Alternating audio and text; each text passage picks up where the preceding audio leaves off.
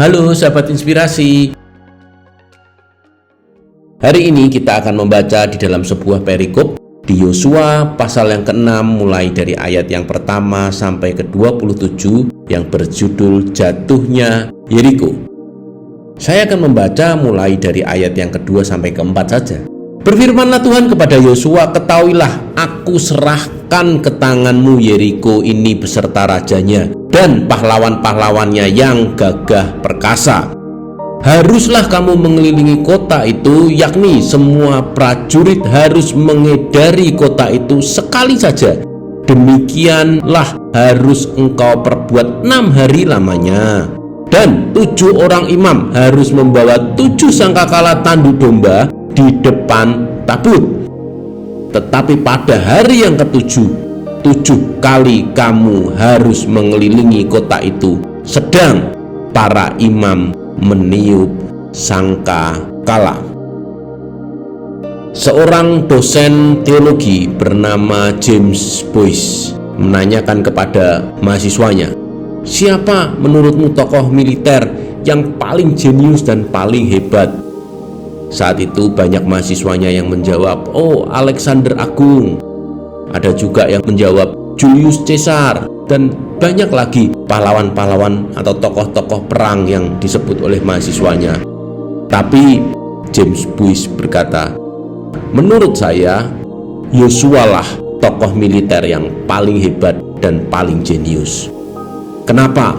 Karena dia seorang yang sangat takut dan tunduk kepada Allah. Yosua saat itu dihadapkan kepada sebuah masalah besar saat hampir tiba di tanah perjanjian, tanah Kanaan. Di depan bangsa Israel berdiri sebuah tembok yang 2 lapis dengan tinggi 25 meter dan tebal 2 meter. Yosua dihadapkan sebuah masalah yang sangat besar saat itu. Tetapi di ayat yang kedua pada terjemahan NIV disebutkan I have delivered, yang artinya aku telah menyerahkan. Jadi bangsa Yeriko sudah diserahkan. Itu yang janji Tuhan kepada Yosua. Saat masalah yang begitu besar di depan kita, seringkali kita melupakan akan semua janji Tuhan. Seringkali saat masalah yang ada di depan kita, kita melupakan apa yang menjadi pegangan hidup kita atau kepercayaan kita kepada Tuhan. Seperti matahari akan terbit, janji Tuhan akan digenapi. Janji Tuhan pasti digenapi. Tapi ingat, janji Tuhan yang digenapi bukan keinginan kita. Tembok Yeriko seringkali menghalangi kita melihat sebuah janji Tuhan. Dalam perikop itu disebutkan bahwa Yeriko hanya diulas atau diulang selama 4 kali. Dan itu pun kata Yeriko adalah kata-kata yang semuanya negatif, tapi berbeda dengan kata Tuhan yang disebut 16 kali. Di sini kita melihat bahwa nama Tuhan lebih besar dari semua masalah yang ada. Fokuslah pada Tuhan, bukan masalahmu. Masalah pasti akan ada selama kamu hidup.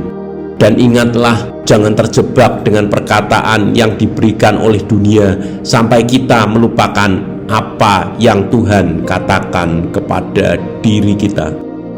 Janji Tuhan itu pasti, dan masalah itu sementara. Ingatlah, pada hari yang pertama bangsa Israel memutari tembok Yeriko. Hari kedua bangsa Israel memutari tembok Yeriko. Demikian sampai hari ke-6. Ada satu perintah Tuhan. Disuruhlah bangsa Israel untuk diam.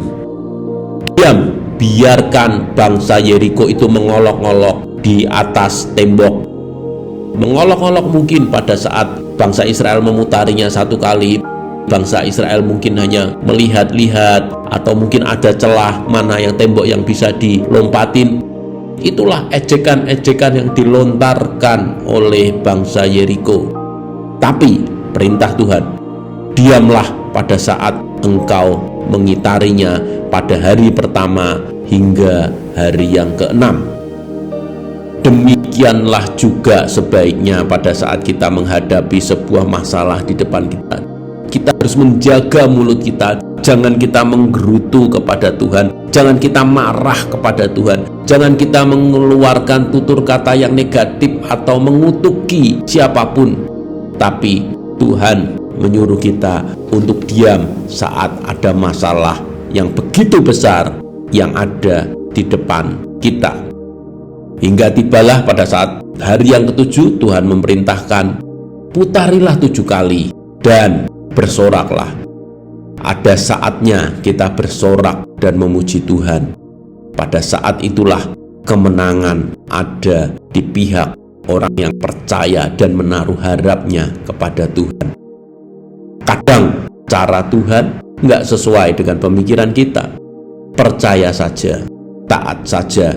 Jangan sok tahu, jangan coba mendahului Tuhan. Ingat, menurutlah apa yang Tuhan mau, bukan keinginan hati kita.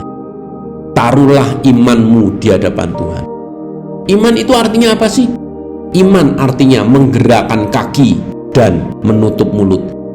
Teruslah gerakan kakimu, teruslah berjalan dalam rencana Tuhan. Stop komplain kepada Tuhan dan tutup mulutmu, jangan menggerutu, dan di suatu waktu ucapkanlah syukur, bersoraklah hanya untuk Dia.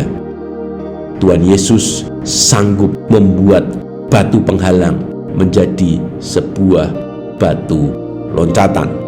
Amin. Mari kita berdoa. Tuhan Yesus yang baik, kiranya Engkau mengajarkan kami akan sebuah ketaatan yang Yosua sudah lakukan pada saat ia menghadapi bangsa yang besar, saat ia menghadapi masalah yang besar, saat ia menghadapi tembok yang besar, sehingga ia menaruh harapnya hanya kepada Tuhan dan menaruh percayanya kepada Tuhan. Demikian juga ya Tuhan, pada hari ini kami mau menaruh segala masalah kami mau menaruh segala pergumulan kami, baik kesehatan kami, baik ekonomi kami, baik hubungan keluarga kami, ataupun apapun ya Tuhan, kami taruh harapan kami hanya kepada Tuhan. Terima kasih ya Tuhan, tetaplah bersama dan menuntun setiap langkah kami. Haleluya, amin. Tetap semangat Bapak Ibu, tetap percaya akan semua janji Tuhan. Janganlah kita sok tahu atau kita memandang sebelah mata semua rencana Tuhan dalam hidup kita. Tetap percaya, tetap semangat, dan Tuhan Yesus beserta kita semua. Amin.